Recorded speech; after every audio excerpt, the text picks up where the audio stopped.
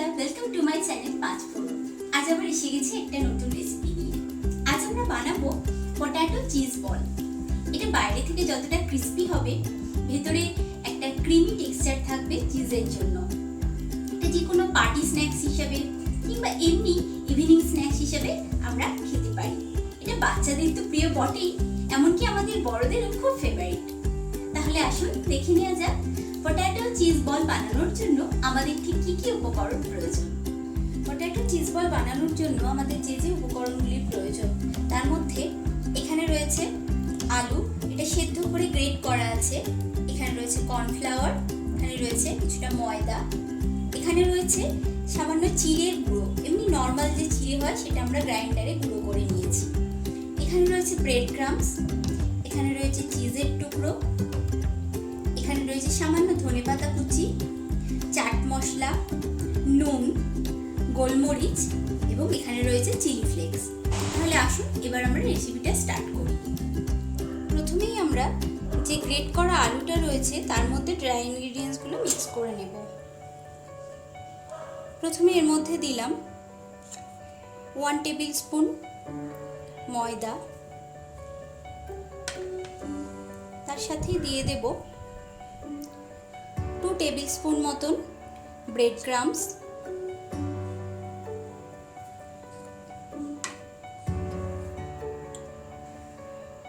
ধনে পাতা কুচি, ধনে পাতাগুলো খুব ছোট করে এখানে কুচি করা রয়েছে।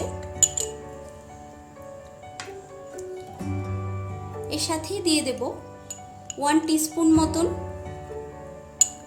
গোলমরিচের গুঁড়ো, নুন স্বাদ অনুসারে এবং তার সাথে দিয়ে দেব 1/2 টিস্পুন মতো চাট মশলা। এই সব কিছু দিয়ে আমরা খুব ভালো করে এটাকে মিক্স করে নেব এবং একটা ডোয়ের মতন করে এটাকে তৈরি করে নেব। আমরা এটাকে ডোয়ের মতো করে তৈরি করে নিয়েছি। এবার এর মধ্যে থেকে কিছুটা পরিমাণ ডো নিয়ে এটাকে একটা রাউন্ড শেপ দেব। তারপর এটা কিছুটা ফ্ল্যাট করে মাঝখানে একটা স্পেস তৈরি করে এর মধ্যে আমরা চিজের কিউবটা দিয়ে দেব। দিয়ে এটাকে আবার গোল করে রাউন্ড শেপ করে একটা বলের আকার দিয়ে দেব।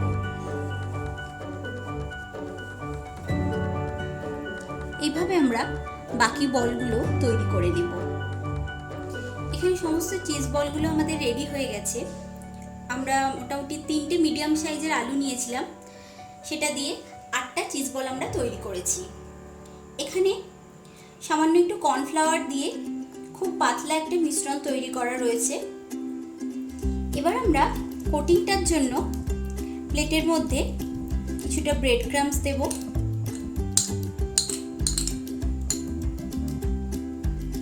এর সাথে দিয়ে দেব গ্রাইন্ড করে রাখা চিড়েটা। এটার জন্য একটা খুব সুন্দর ক্রিস্পি টেক্সচার আসবে। এর মধ্যে দিয়ে দেব সামান্য পরিমাণ নুন এবং সামান্য পরিমাণ চিলি ফ্লেক্স। এগুলো দিয়ে খুব ভালো করে এটাকে মিক্স করে নেব।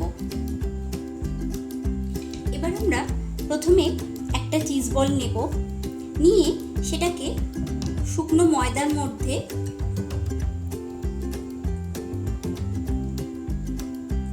একটু নেড়ে চেড়ে নিয়ে তারপর আমরা এই মিশ্রণটার মধ্যে দেব।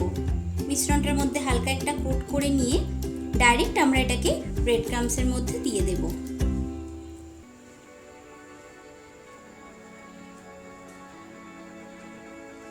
এবং ব্রেড ক্রাম্বসের মধ্যে খুব ভালো করে এটা একটা কোটিং তৈরি করে নেব।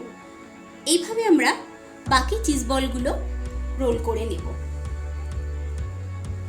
এখানে আমাদের চিজ বলগুলো সব কোটিং করা হয়ে গেছে।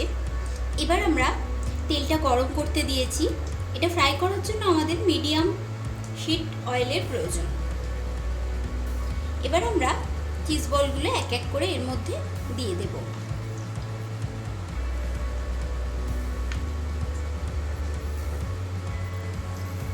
এগুলো আমাদের গোল্ডেন ব্রাউন করে ফ্রাই করে নিতে হবে। 5 থেকে 7 মিনিট মতো ফ্রাই করে নেওয়ার পরেই আমাদের চিজ বলগুলো গোল্ডেন ব্রাউন করে রেডি হয়ে গেছে। এবার আমরা ওভেনটা বন্ধ করলাম এবং এগুলো আমরা প্লেটে তুলে নেব।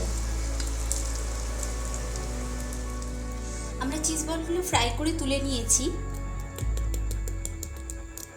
এই আওয়াজটা দেখে আপনারা বুঝতে পারছেন এটা কতটা ক্রিস্পি হয়েছে। এবার দেখি এর ভেতরে চিজের লেয়ারটা কীরকম আছে। খুবই গরম।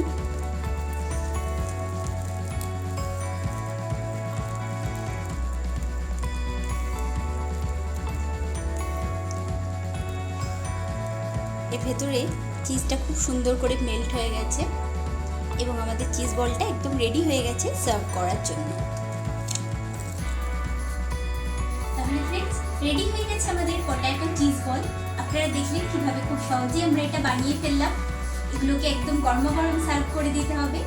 এগুলো টমেটো কেচাপের সাথে আজকে আমি সার্ভ করেছি। বাড়িতে আপনারা রেসিপিটি অবশ্যই ট্রাই করবেন। কেমন লাগলো আমাকে জানাবেন। ভিডিওটি লাইক এবং শেয়ার করতে এবং চ্যানেলটি সাবস্ক্রাইব করতে ভুলবেন না। দেখা হবে পরের ভিডিওতে আবার নতুন কোনো রেসিপি নিয়ে। ততক্ষণ ভালো থাকুন, সুস্থ থাকুন।